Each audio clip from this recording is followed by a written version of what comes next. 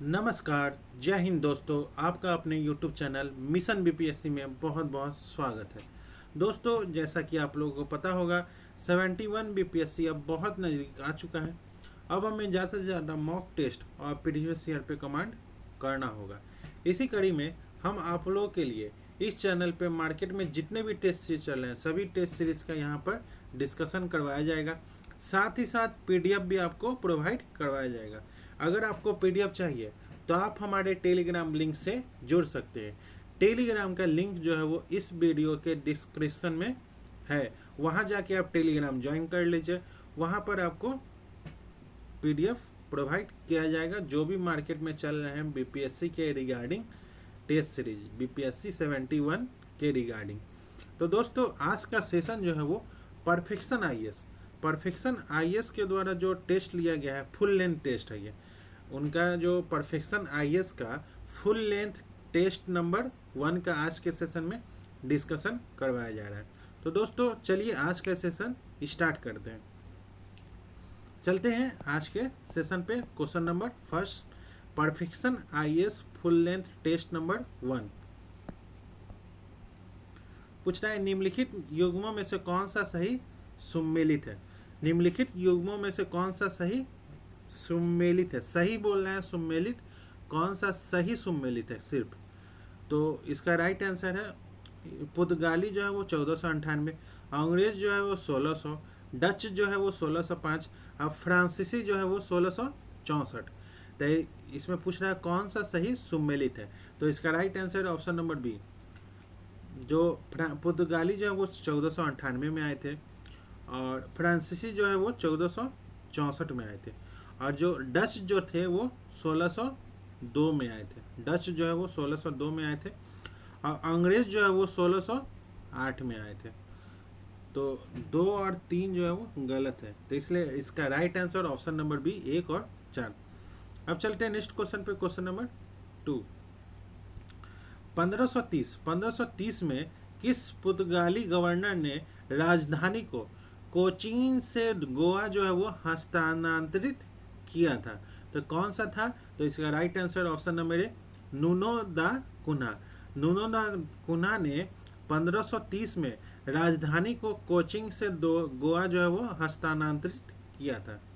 अब चलते हैं नेक्स्ट क्वेश्चन पे। क्वेश्चन नंबर 3, किसने यह घोषणा क्वेश्चन नंबर 3, किसने यह घोषणा की थी कि हमें वास्तव में अब स्वयं नवाब बन जाना चाहिए। कौन था। वारेन हेस्टिंग या हेक्टर मुनरो या रॉबर्ट क्लाइव या जॉन रॉलेंस। तो इसका राइट आंसर है option number C, Robert Clive. जो रॉबर्ट क्लाइव थे उसने ये घोषणा की थी कि हमें वास्तव में अब स्वयं नवाब बन जाना चाहिए।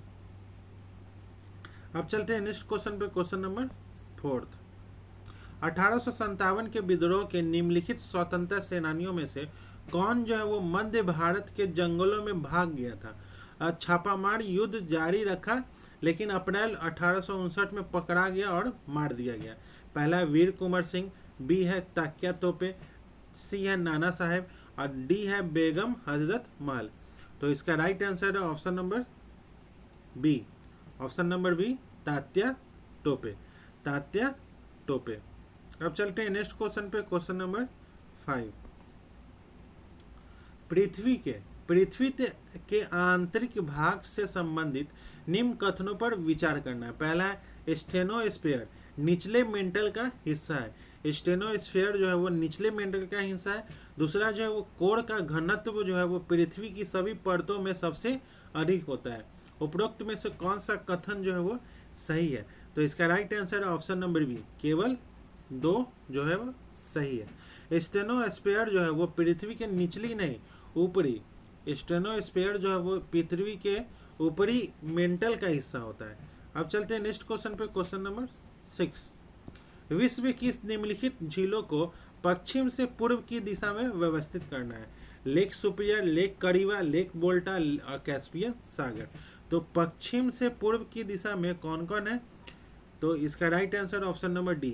पहला है लेक सुपिरियर, दूसरा है लेक बोल्टा, तीसरा है कैस्पियन सागर और दूसरा है जो करीवा, लेक करीवा, पश्चिम से पूर्व की दिशा में। अब चलते हैं नेक्स्ट क्वेश्चन पे। क्वेश्चन नंबर 7, भूकंपीय तरंगों के बारे में निम्न कथनों पर विचार करना है। पहला जो है वो पी वेव पृथ्वी के कोर से होकर गुजरने वाली एकमात्र तरंग है। और दूसरा है एस वेव जो है वो सभी भूकंपीय तरंगों में सबसे तीव्र है। तीसरा है एल वेव जो है वो सतही तरंगों का एक प्रकार है, सभी भूकंपीय तरंगों में सबसे विनाशकारी है। तो इसका राइट आंसर है ऑप्शन नंबर सी, एक और 3 जो है वो राइट है। जो पी वेव है ये एस वेव सभी भूकंपीय तरंगों में सबसे तीव्र होता है। तो इसका राइट आंसर है पी वेव जो है वो, ये एस वेव नहीं, पी वेव जो होता है, पी वेव जो होता है वो सभी भूकंपीय तरंगों में सबसे तीव्र होता है। अब चलते हैं नेक्स्ट क्वेश्चन पे, क्वेश्चन नंबर 8। निम्नलिखित में से निम्नलिखित स्थल रूपों में से कौन ज्वालामुखीय विस्फोट के कारण नहीं बनता है? कौन सा नहीं बनता है? तो इसका right answer option number D, hanging valley. Hanging valley जो है वो ज्वालामुखीय विस्फोट के कारण नहीं बनता है। अब चलते हैं नेक्स्ट क्वेश्चन पे, क्वेश्चन नंबर 9। निम्नलिखित कथनों पर विचार कीजिए। पहला जो है वो पश्चिमी घाट की पर्वत श्रृंखलाएं जो है वो पूर्वी घाट की तुलना में अधिक सघन और अविरल है। दूसरा है पश्चिमी तट एक निमज्जित तट का उदाहरण है सिवाय केरल तट को छोड़कर, जबकि पूर्वी तट जो है वो उद्युत तट का उदाहरण है। तो इसका right answer option number C, 1 और 2 दोनों सही है। अब चलते हैं नेक्स्ट क्वेश्चन पे, क्वेश्चन नंबर 10। निम्नलिखित में से कौन सा कथन जो है वो नर्मदा नदी के बारे में सही है? नर्मदा नदी जो है वो मध्य प्रदेश की महादेव पहाड़ियों से निकलती है। दूसरा जो है वो नर्मदा नदी जो है वो भारत की एकमात्र प्रमुख नदी है जो अरब सागर में गिरती है।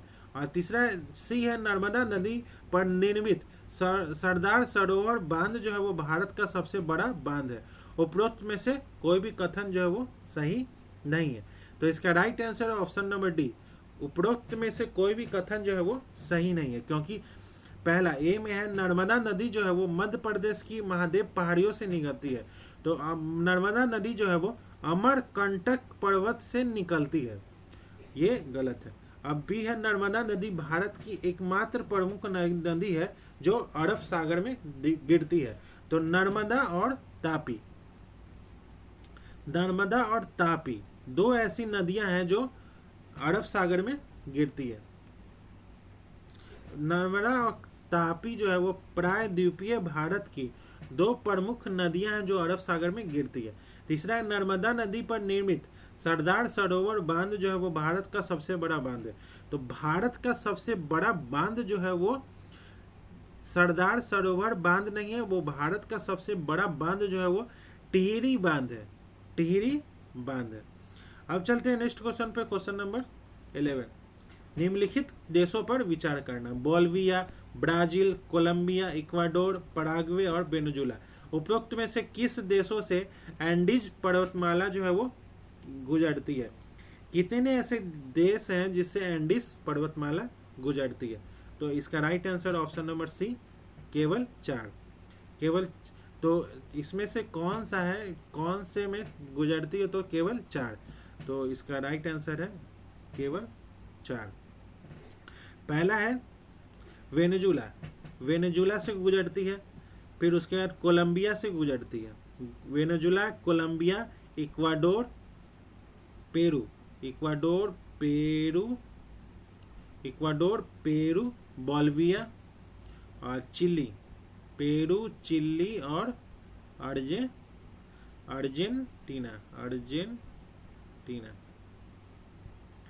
1 2 3 4 5 6 7 देशों से एंडीज पर्वतमाला गुजरती है। अब चलते हैं नेक्स्ट क्वेश्चन पे, क्वेश्चन नंबर 12। निम्नलिखित कथनों पर विचार करना है। पहला, यदि वायुमंडल न हो तो पृथ्वी की सतह पर तापमान जो है वो हर जगह हिमांक के बिंदु से काफी नीचे हो जाएगा। दूसरा है, जो वायुमंडल द्वारा अवशोषित और संचित ऊष्मा हमारे ग्रह के औसत तापमान को बनाए रखती है। तीसरा है, वायुमंडल की गैसें जैसे कार्बन डाइऑक्साइड विकिरण को अवशोषित करने और संचित करने में विशेष रूप से सक्षम होती है। निम्नलिखित में से कौन सा कथन जो है वो सही है? तो इसका right answer option number D, केवल 2 और 3 जो है वो कथन सही है। केवल 2 और 3 जो है वो कथन सही है। जो अगर वायुमंडल न हो तो पृथ्वी काफ़ी ठंडी हो जाएगी। पृथ्वी जो है वो काफ़ी ठंडी हो जाएगी और ग्रीन हाउस प्रभाव जो कार्बन डाइऑक्साइड जैसे गैसों के कारण होता है ऊष्मा को संचित करता है। अब चलते हैं नेक्स्ट क्वेश्चन पे। Question number 13। पृथ्वी के आंतरिक भाग के बारे में निम्नलिखित कथनों पर विचार करना है। पहला है, पृथ्वी के कोर का घनत्व जो है वो पृथ्वी के सभी हिस्सों में सबसे अधिक होता है। दूसरा जो है, पृथ्वी के कोर का अत्यधिक घनत्व जो है वहाँ विद्यमान अत्यधिक दबाव के कारण होता है जो ऊपर की परतों के भार से उत्पन्न होता है। निम्न में से कौन सा कथन जो है वो सही है? तो इसका right answer option number A, केवल एक जो कथन जो है वो सही है। अब चलते हैं नेक्स्ट क्वेश्चन पे। Question number 14। क्वेश्चन नंबर 14, निम्नलिखित में से कौन सा देश जो है वो यूक्रेन की सीमा साझा जो है वो नहीं करता है? रोमानिया, मोल्दोवा, बेलारूस या स्लोवेनिया? तो इसका right answer option number D, Slovenia जो है वो यूक्रेन की सीमा साझा नहीं करता है। अब चलते हैं नेक्स्ट क्वेश्चन पे। क्वेश्चन नंबर 15, गोदावरी नदी की निम्नलिखित सहायक नदियों पर विचार कीजिए। पहला जो है यह महाराष्ट्र के महाबलेश्वर से निकलती है। दूसरा जो है पूर्णा, प्राणहिता, इंद्रावती और सबरी गोदावरी नदी की दाहिनी ओर की सहायक नदियां हैं। उपरोक्त में से कौन सा कथन जो है वो सही है? तो इसका right answer option number D, ना तो 1 ना ही 2। जो पहला है, गोदावरी नदी जो है वो महाराष्ट्र के नासिक जिले से निकलती है। महाराष्ट्र के नासिक जिले से निकलती है। अब पूर्णा, प्राणहिता, इंद्रावती और सबरी जो है वो गोदावरी नदी की दाहिनी नहीं बाईं ओर की सहायक नदियां हैं। बाईं ओर की सहायक नदियां। अब चलते हैं नेक्स्ट क्वेश्चन पे। क्वेश्चन नंबर 16, निम्नलिखित पर्वत श्रृंखलाओं को पश्चिम से पूर्व की दिशा में व्यवस्थित करना है। पहला है रॉकीज पर्वत, यूडाल पर्वत, स्कैंडिनेवियन पर्वत और एल्पस पर्वत। निम्नलिखित विकल्पों में से कौन सा विकल्प जो है वो सही है? तो इसका right answer option number A, 1 3 4 2। अब चलते हैं नेक्स्ट क्वेश्चन पे। क्वेश्चन नंबर 17, हिमालय के पर्वत के बारे में निम्नलिखित कथनों पर विचार करना। पहला है, यह पर्वत जो है वो युवा वलित पर्वतों का उदाहरण है। दूसरा जो है, हिमालय पर्वत प्रणाली का भूवैज्ञानिक विस्तार अंडमान निकोबार द्वीप समूह तक है। तीसरा, आराकान योमा और पेगु योमा पर्वत हिमालय पर्वत प्रणाली का हिस्सा है। उपरोक्त में से कौन सा कथन जो है वो सही है? तो इसका right answer option number C, 1 2 और 3 जो है वो तीनों कथन सही है। अब चलते हैं नेक्स्ट क्वेश्चन पे। क्वेश्चन नंबर 18, निम्नलिखित में से कौन सी भारतीय नदी जो है वो अपनी किशोरा अवस्था के चरण में होने के बावजूद भी मीनारिंग दिखती है? तो इसका right answer option number D, Jhelum नदी जो है वो किशोरा अवस्था के चरण में होने के बावजूद मीनारिंग दिखती है, घुमावेदार पैटर्न। अब चलते हैं नेक्स्ट क्वेश्चन पे। क्वेश्चन नंबर 19, निम्नलिखित में से किन किन जलवायु प्रकारों में शीत ऋतु के दौरान वर्षा होती है? पहला है भूमध्य सागरीय जलवायु, दूसरा है ब्रिटिश प्रकार की जलवायु, तीसरा है शीत समशीतोष्ण पूर्वीय तटीय जलवायु। नीचे दिए कुट का उपयोग करके सही उत्तर का चयन करना है। तो इसका right answer option number B, 1 और 2। अब चलते हैं नेक्स्ट क्वेश्चन पे। क्वेश्चन नंबर 20, निम्नलिखित में से कौन महात्मा गांधी की एक आर्थिक विचारधारा है? पहला, मशीनों का अधिकतम उपयोग, दूसरा है नवीनतम तकनीक की शुरुआत, तीसरा है कुटीर उद्योग और अहिंसक अर्थव्यवस्था, चौथा है उपरोक्त सही। तो इसका राइट आंसर है ऑप्शन नंबर सी, कुटीर उद्योग और अहिंसक अर्थव्यवस्था महात्मा गांधी के एक आर्थिक विचारधारा थी। अब चलते हैं नेक्स्ट क्वेश्चन पे। क्वेश्चन नंबर 21, अष्ट दिग्गजों की संस्था निम्नलिखित में से किस राज्य में विद्यमान थी? अष्ट दिग्गजों की संस्था जो है वो निम्नलिखित में से किस राज्य में विद्यमान थी? तो इसका राइट आंसर है option number C. Option number C, Vijayanagar साम्राज्य। विजयनगर साम्राज्य। अब चलते हैं नेक्स्ट क्वेश्चन पे, क्वेश्चन नंबर 22। पर्णव, ये युद्ध है और संधि, कौन सा युद्ध में कौन सी संधि हुई, तो उसका बताना है। तो प्रथम कर्नाटक युद्ध एलासापा की संधि, द्वितीय कर्नाटक युद्ध में पौंडीचेरी की संधि, तृतीय कर्नाटक युद्ध में पेरिस की संधि, और चौथा है जो प्रथम आंग्ल मराठा युद्ध बसाइन की संधि। उपरोक्त में से कौन सा कथन जो है वो गलत है? तो इसका right answer option number D जो है वो गलत है, क्योंकि प्रथम आंग्ल मराठा युद्ध जो हुआ था वो कौन सी संधि से समाप्त हुआ था? तो इसका राइट आंसर है सालाबाई की संधि। सालाबाई की संधि। सालाबाई की संधि। अब चलते हैं नेक्स्ट क्वेश्चन पे, क्वेश्चन नंबर 23। किसने किसान घोषणा पत्र कांग्रेस द्वारा कब अपनाया गया था? तो इसका राइट आंसर है किसान जो घोषणा पत्र है वो कांग्रेस का द्वारा कब अपनाया गया था? तो फैजपुर अधिवेशन 1936। फैजपुर अधिवेशन 1936। अब चलते हैं नेक्स्ट क्वेश्चन पे, क्वेश्चन नंबर 24। रानी विक्टोरिया की घोषणा 1858 के उद्देश्य जो है वो क्या थे? रानी विक्टोरिया की घोषणा 1858 के उद्देश्य जो है वो क्या थे? पहला, भारतीय रियासतों को हड़पने की कोई मंशा नहीं रखना। दूसरा जो है वो भारतीय प्रशासन को ब्रिटिश क्राउन के अधीन लाना। तीसरा जो है वो ईस्ट इंडिया कंपनी के भारत के व्यापार को नियंत्रित करना था। सही उत्तर का चयन करना है, तो इसका राइट आंसर है ऑप्शन नंबर ए। 1 और 2 जो है वो सही है। 1 और 2 जो है वो सही है। अब चलते हैं नेक्स्ट क्वेश्चन पे, क्वेश्चन नंबर 25। चंपारण सत्याग्रह 1917 का निम्नलिखित में से कौन सा पहलू जो है वो विशेष रूप से महत्वपूर्ण है? पहला, वकीलों, छात्रों और महिलाओं की राष्ट्रीय आंदोलन में सक्रिय भागीदारी। बी है दलित और जनजातीय समुदायों की सक्रिय भागीदारी। सी है किसान आंदोलनों को भारत के राष्ट्रीय आंदोलन की मुख्य धारा में लाना। डी है वाणिज्यिक फसलों और बागानी फसलों की खेती में बाहरी गिरावट। कौन सा महत्वपूर्ण है, पहलू जो है वो महत्वपूर्ण है? तो इसका राइट आंसर है option number C. Option number C जो है वो सही है। किसान आंदोलनों को भारत के राष्ट्रीय आंदोलन की मुख्य धारा में लाना। अब चलते हैं नेक्स्ट क्वेश्चन पे, क्वेश्चन नंबर 26। Question number 26। जो सुधारक है और उसके संपादक कौन है? तो सुधारक जो है वो उसकी स्थापना जो है वो गोपाल गणेश आगरकर ने की थी। कब की थी? तो 1888। और जो संध्या की स्थापना जो है वो बीबी उपाध्याय किए थे। कब किए थे? 1904 में। और कॉमरेड की स्थापना जो है मोहम्मद अली किए थे। वो कब किए थे? तो 1911 में। और राष्ट्र गोपतार जो है वो दादा भाई नौरोजी, और वो कब किए थे? तो राष्ट्र गोपतार की स्थापना दादा भाई नौरोजी ने 1854 में किए थे। यह एक गुजराती अखबार था। तो इसका right answer option number B. Option number B. अब चलते हैं नेक्स्ट क्वेश्चन पे, क्वेश्चन नंबर 27।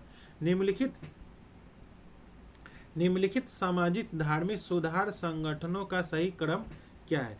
ए है प्रार्थना समाज, बी है धर्म समाज, सी है आर्य समाज, डी है तत्वबोधिनी समाज।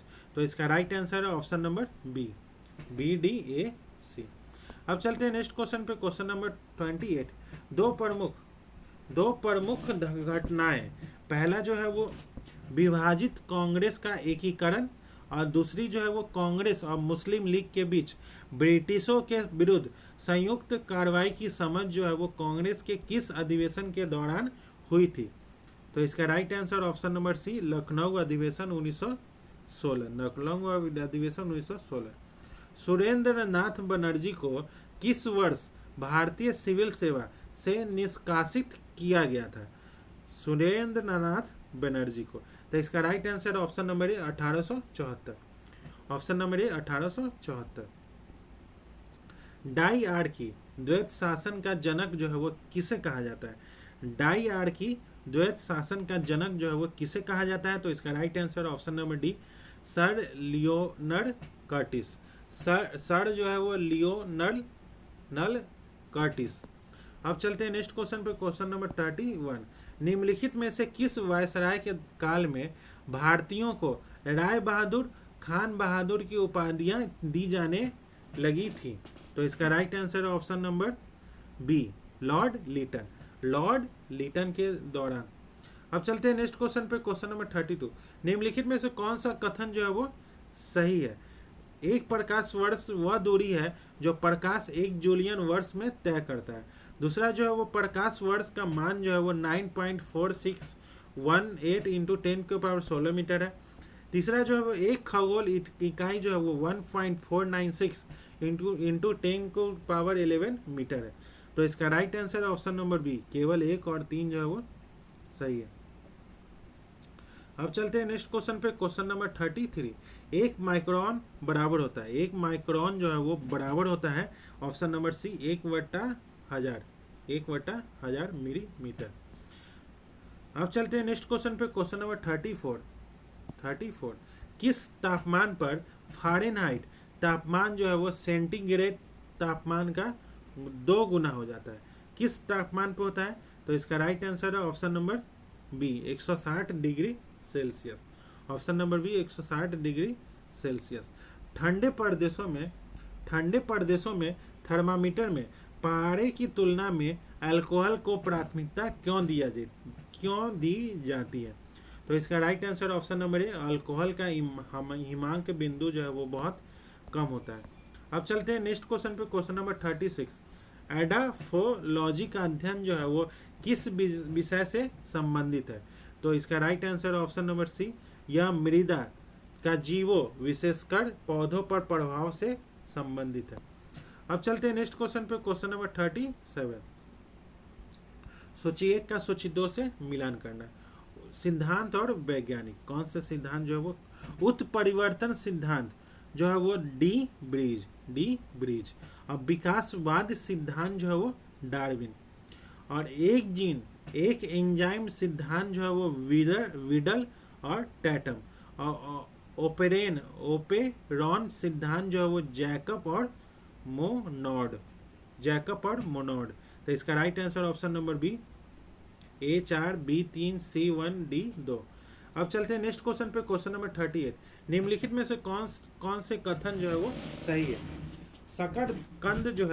शकरकंद एक भूमिगत रूप से उत्पन्न सब्जी है जो परिवर्तित जड़ होती है। दूसरा जो है वो हल्दी का खाने योग्य भाग जो है वो जड़ होता है। भिंडी एक फल है। और चौथा है लौंग एक पुष्प कली है। तो इसमें से कौन सा कथन जो है वो सही है? तो इसका right answer option number C 2, 3 और 4 जो है वो सही है। शकरकंद जो है वो जो है वो एक द्विदलीय पौधा है जो कुल का सदस्य है, द्विदलीय पौधा है। अब चलते हैं नेक्स्ट क्वेश्चन पे, क्वेश्चन नंबर 39। निम्नलिखित में से कौन सा एक वास्तविक फल जो है वो नहीं है? सेब है या आम है या अंगूर है या आलू बुखारा? तो इसका राइट आंसर है ऑप्शन नंबर ए सेब। ऑप्शन नंबर ए सेब। अब चलते हैं नेक्स्ट क्वेश्चन पे, क्वेश्चन नंबर 40। यदि पृथ्वी का गुरुत्वाकर्षण बल जो है वो अचानक समाप्त हो जाए तो निम्न में से कौन सा कथन जो है वो सही है? तो इसका right answer option number A किसी वस्तु का वजन जो है वो शून्य हो जाएगा लेकिन द्रव्यमान वैसे ही रहेगा। Question number 41। सौर विकिरण की दृश्य सीमा जो है वो क्या है? सौर विकिरण की दृश्य सीमा जो है वो 400 से 700 नैनोमीटर है। इसका right answer option number B. अब चलते हैं नेक्स्ट क्वेश्चन पे, क्वेश्चन नंबर 42। ऑप्टिकल फाइबर निम्नलिखित में से किस सिद्धांत पर कार्य करता है? तो ऑप्टिकल फाइबर जो है वो पूर्ण आंतरिक परावर्तन सिद्धांत पर कार्य करता है। Option number D. अब चलते हैं नेक्स्ट क्वेश्चन पे, क्वेश्चन नंबर 43। सही कथन का चयन करना। लाल प्रकाश की तरंग दैर्घ्य जो है वो बैगनी प्रकाश से कम होती है, और लाल प्रकाश की तरंग दैर्घ्य जो है वो बैगनी प्रकाश से अधिक होती है। बैगनी प्रकाश की तरंग दैर्घ्य जो है वो हरे प्रकाश से अधिक होती है। डी है, बैंगनी प्रकाश की तरंग दैर्घ्य जो है वो पीले प्रकाश से अधिक होती है। तो इसका राइट आंसर है ऑप्शन नंबर बी, जो लाल प्रकाश की तरंग दैर्घ्य जो है वो बैगनी प्रकाश से अधिक होती है। तो इसका right answer option number B. अब चलते हैं नेक्स्ट क्वेश्चन पे, क्वेश्चन नंबर 44। परमाणु बम का सिद्धांत जो है वो किस पर आधारित है? तो इसका right answer option number B, नाभिकीय विखंडन। नाभिकीय विखंडन पर के सिद्धांत पर आधारित है। अब चलते हैं नेक्स्ट क्वेश्चन पे, क्वेश्चन नंबर 45। कथन और कारण।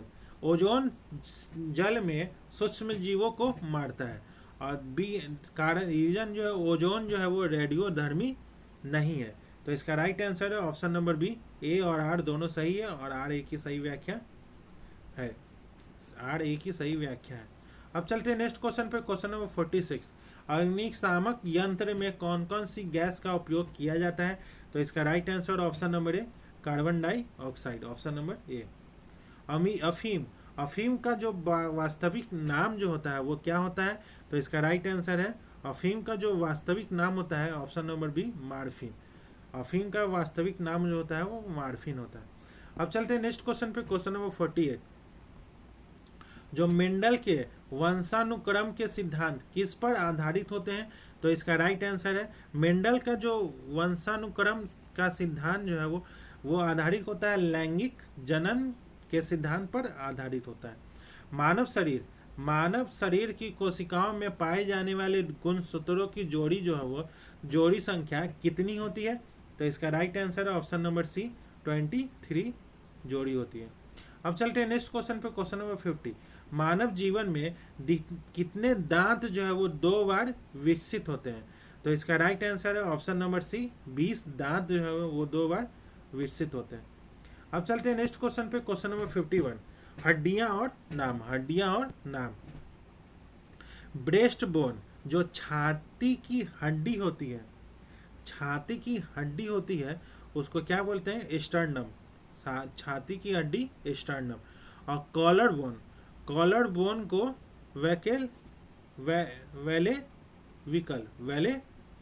कैलेविकल।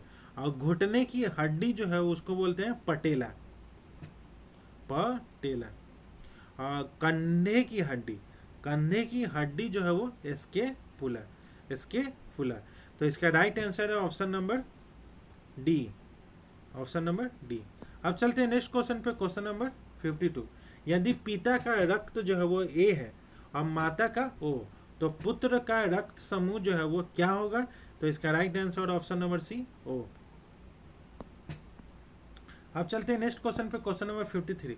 एक ही पौधे के एक फूल से पराग कणों का दूसरे फूल के वर्ती काग्र का पर हस्तांतरण जो है वो क्या कहलाता है? तो इसका राइट आंसर है ऑप्शन नंबर बी, जाइटोबेमी। अब चलते हैं नेक्स्ट क्वेश्चन पे, क्वेश्चन नंबर 54। रजोनिवृत्ति की परिभाषा जो है वो क्या है? रजोनिवृत्ति। तो इसका right answer option number B, जब महिला को लगातार 12 महीनों तक मासिक धर्म जो है वो नहीं होता है। अब चलते हैं नेक्स्ट क्वेश्चन पे, क्वेश्चन नंबर 55। निम्नलिखित में से कौन सा युग्म जो है वो सही रूप से सम्मिलित नहीं है? कौन सा युग्म जो है वो सही रूप से सम्मिलित नहीं है? रेटिनॉल जो है वो नेत्र छेलमा शोध, और टोकोफेलॉर जो है वो बंध्यता, साइनोकोबालामीन जो है वो परनीसियस एनीमिया, और पाइरोक्सिन जो है वो बेरी जो है वो पाइडोरोक्सिन नहीं होता है, ये थायमिन होता है। बेरी जो है वो विटामिन बी की कमी से, B1 की कमी से थायमिन। अब चलते हैं नेक्स्ट क्वेश्चन पे, क्वेश्चन नंबर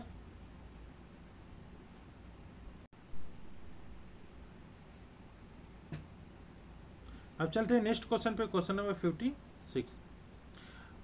बक मिनिस्टर फुडलिन क्या है? बक मिनिस्टर फुडलिन क्या है? तो इसका राइट आंसर है ऑप्शन नंबर बक मिनिस्टर फुलरीन जो है वो क्या है, तो इसका right answer option number A कार्बनिक यौगिक का एक रूप है जिसमें 60 कार्बन परमाणुओं के समूह जो है वो बहुभुज संरचना में जुड़े होते हैं जो पंचभुजों या षष्ठभुजों से बनी होती है। तो इसका right answer option number A. अब चलते हैं नेक्स्ट क्वेश्चन पे, क्वेश्चन नंबर 57। सीओ समूह का बंद क्रम जो है वो क्या है, सीओ समूह का बंद क्रम जो है वो इसका right answer option number D 3, option number D 3। अब चलते हैं नेक्स्ट क्वेश्चन पे, क्वेश्चन नंबर 58। यदि आप एक 60 वाट का विद्युत बल्ब प्रतिदिन 5 घंटे के लिए 30 दिनों तक उपयोग करते हैं तो कुल विद्युत इकाइयों की खपत जो है वो कितनी होगी, तो इसका right answer option number B 9 unit, 9 unit. अब चलते हैं नेक्स्ट क्वेश्चन पे, क्वेश्चन नंबर 59। जब बस चालक जो है वो अचानक ब्रेक लगाकर बस को रोक देता है तो यह चलती बस में बैठा यात्री आगे की ओर फेंका जाता है। यह किसका उदाहरण है, न्यूटन का प्रथम नियम या न्यूटन का द्वितीय नियम या न्यूटन का तृतीय नियम या संवेग संरक्षण का सिद्धांत। तो इसका right answer option number A Newton का प्रथम नियम। अब चलते हैं नेक्स्ट क्वेश्चन पे, क्वेश्चन नंबर 60। नर्मदा घाटी के पाषाण युग के लोग जो है वो निम्नलिखित में से किन किन गतिविधियों में शामिल नहीं थे कौन से गतिविधि में शामिल नहीं थे, भोजन के लिए जड़ें, फल और अन्न वनोपज एकत्र करते थे, बी है जानवरों का शिकार करते थे, सी है फसलें उगाते थे, डी है उपरोक्त में से कोई नहीं। तो इसका राइट आंसर है ऑप्शन नंबर सी फसलें उगाते थे, ऑप्शन नंबर सी फसलें जो है वो फसलें उगाते थे, ऑप्शन नंबर सी। अब चलते हैं नेक्स्ट क्वेश्चन पे, क्वेश्चन नंबर 61। वह स्थान जहां सबसे पहले चावल की खेती जो है वो की गई थी, सबसे पहले जो चावल की खेती की गई थी, तो इसका राइट आंसर ऑप्शन नंबर है विंध्याचल के उत्तर भाग, विंध्याचल के उत्तर भाग जहां सबसे पहले चावल की खेती हुई थी। अब चलते हैं नेक्स्ट क्वेश्चन पे, क्वेश्चन नंबर 62। सूची 1 का सूची 2 से मिलान करना है। नर्मदा घाटी जो है वो शिकार और संग्रहित करना। मगध जो है वो पहला बड़ा राज्य था। गारो पहाड़िया जो है वो प्रारंभिक कृषि था। और गंगा घाटी जो है वो लगभग 2500 वर्ष पूर्व के नगर थे। तो इसका राइट आंसर है option number B, option number B. अब चलते हैं नेक्स्ट क्वेश्चन पे, क्वेश्चन नंबर 63। भारत के सांस्कृतिक इतिहास के संदर्भ में पारमिताओं शब्द का सही वर्णन जो है वो कौन सा है, पहला है ए है सूत्र शैली में लिखे गए प्रारंभिक धर्मशास्त्र ग्रंथ, बी है ये वे दार्शनिक मत जिन्होंने वेदों की प्रामाणिकता को अस्वीकार किया, सी है सिद्धियां जिनकी प्राप्ति से बोधिसत्व मार्ग प्राप्त होता है, डी है प्रारंभिक मध्यकालीन दक्षिण भारत के शक्तिशाली व्यापारी संघ। तो इसका राइट आंसर है option number C, option number C सिद्धियां जिनकी प्राप्ति से बोधिसत्व मार्ग प्राप्त होता है। अब चलते हैं नेक्स्ट क्वेश्चन पे, क्वेश्चन नंबर 64। गुप्त काल के पतन से लेकर 7वीं शताब्दी के प्रारंभ में हर्षवर्धन के उदय तक निम्नलिखित में से कौन सा राज्य जो उत्तरी भारत में सत्ता में थे, कौन सा राज्य थे, तो पहला है मगध के गुप्त, मालवा के परमार, थानसेर के पुष्पभूति, कन्नौज के मौखरी, देवगिरी के यादव या बल्लवी के मैत्रक। तो इसका right answer option number B 1, 3, 4 और 6। अब चलते हैं नेक्स्ट क्वेश्चन पे, क्वेश्चन नंबर 65। कलिंग का राजा खारवेल किस वंश से संबंधित था, तो इसका right answer option number B Chedi वंश से संबंधित है। चीनी यात्री जो थे वो सुंग यून भारत जो है वो कब आए थे, तो इसका राइट आंसर है ऑप्शन नंबर ए 1515 से लेके 515 से लेके 520 ईस्वी तक। अब चलते हैं नेक्स्ट क्वेश्चन पे, क्वेश्चन नंबर 67। गुप्त काल में किस प्रकार की भूमि को अप्रवहत कहा जाता था? किस प्रकार की भूमि को? तो इसका right answer option number A, बिना खेती की गई वन भूमि। बिना खेती की गई वन भूमि को अपरहत कहा जाता था। और फिर उसके बाद है एक क्षेत्र। क्षेत्र को हम लोग कृषि योग्य भूमि को क्षेत्र बोलते थे। और खिला जो है वो उपजाऊ या बेकार भूमि को बोलते थे। और वस्ती जो है वो निवास योग्य भूमि को बोलते थे। और गपाट सर जो है वो चढ़ागाह भूमि को बोलते थे। अब चलते हैं नेक्स्ट क्वेश्चन पे, क्वेश्चन नंबर 68। निम्नलिखित में से किस राज्य में औदंतपुरी शिक्षा केंद्र जो है वो स्थित है? तो इसका राइट आंसर है ऑप्शन नंबर बी, बिहार में। और इसका निर्माण जो है वो गोपाल प्रथम करवाया था 8वीं शताब्दी में। अब चलते हैं नेक्स्ट क्वेश्चन पे, क्वेश्चन नंबर 69। मेगास्थनीज जो है वो किसका राजदूत था? मेगास्थनीज जो है वो किसका राजदूत था? तो इसका right answer option number A, Seleucus का राजदूत था। अब चलते हैं नेक्स्ट क्वेश्चन पे, क्वेश्चन नंबर 17। कौटिल्य का अर्थशास्त्र जो है वो किस विषय पर आधारित है? आर्थिक संबंध, राज्य संचालन के सिद्धांत और व्यवहार, सी है विदेश नीति, डी है धन संचय। तो इसका right answer option number B, राज्य संचालन के सिद्धांत और व्यवहार। अब चलते हैं नेक्स्ट क्वेश्चन पे, क्वेश्चन नंबर 71। किस मुगल सम्राट ने चित्रकला संबंधी कार्यों के लिए कार्यशाला कारखाना की स्थापना की थी? तो इसका राइट आंसर है ऑप्शन नंबर सी, अकबर ने कारखाना की स्थापना की थी। अब चलते हैं नेक्स्ट क्वेश्चन पे, क्वेश्चन नंबर 72। ग्यासुद्दीन बलबन के बारे में निम्नलिखित कथनों पर विचार करना। पहला, उसने रक्त और लौह की नीति अपनाई। दूसरा जो है उसका मूल नाम जो है वो जूना खान था। उसका मूल नाम जो था जूना खान था। तीसरा है उसने सिजदा और पैबोस की प्रथा की शुरुआत की थी। चौथा है वो रजिया सुल्तान का उत्तराधिकारी था। इनमें से कौन सा कथन जो है वो सही है? तो इसका राइट आंसर है, इनमें से कौन सा कथन जो है वो सही है? तो इसका right answer option number B, 1 और 3 जो है वो कथन सही है। अब चलते हैं नेक्स्ट क्वेश्चन पे, क्वेश्चन नंबर 73। दिल्ली के किस सुल्तान ने आंतरिक विद्रोह की संभावनाओं को रोकने के लिए 4 आदेश जो है वो जारी किए थे? 4 आदेश जारी किए थे, कौन थे? तो इसका right answer option number A, Alauddin Khilji. Alauddin Khilji ने 4 आदेश जारी किए थे। अब चलते हैं नेक्स्ट क्वेश्चन पे, क्वेश्चन नंबर 74। मोहम्मद बिन तुगलक के बारे में कौन सा कथन जो है वो सही है? पहला जो उसने राजधानी को महाराष्ट्र के तुगलकाबाद स्थानांतरित किया। दूसरा जो उसने जिंक और तांबे की टोकन मुद्रा जारी की। सी है बेगमपुरी मस्जिद का निर्माण जो है वो मोहम्मद बिन तुगलक के शासनकाल में हुआ। डी जो है वो इब्न बतूता फारस से उसके दरबार में आया था। तो इसका राइट आंसर है ऑप्शन नंबर सी। इनमें से कौन सा सही है? तो ऑप्शन नंबर सी, बेगमपुरी मस्जिद का निर्माण जो है वो मोहम्मद बिन तुगलक के शासनकाल में हुआ था। अब चलते हैं नेक्स्ट क्वेश्चन पे, क्वेश्चन नंबर 75। जो इंपीरियल चोल वंश के बारे में निम्नलिखित में से क्या सही है? पहला जो है वो द्रविड़ स्थापत्य शैली की उत्पत्ति इस काल में हुई थी। बी है सभा ने चोल काल में शासन व्यवस्था में महत्वपूर्ण भूमिका निभाई थी। सी है उसका नौसैनिक बल जो है वो बहुत उन्नत नहीं था। डी जो है वो राजा चोल इस वंश का संस्थापक था। तो इसका right answer option number B, imperial Chola वंश के बारे में निम्नलिखित में कौन सा सही है? तो सभा ने चोल काल में शासन व्यवस्था में महत्वपूर्ण भूमिका निभाई थी।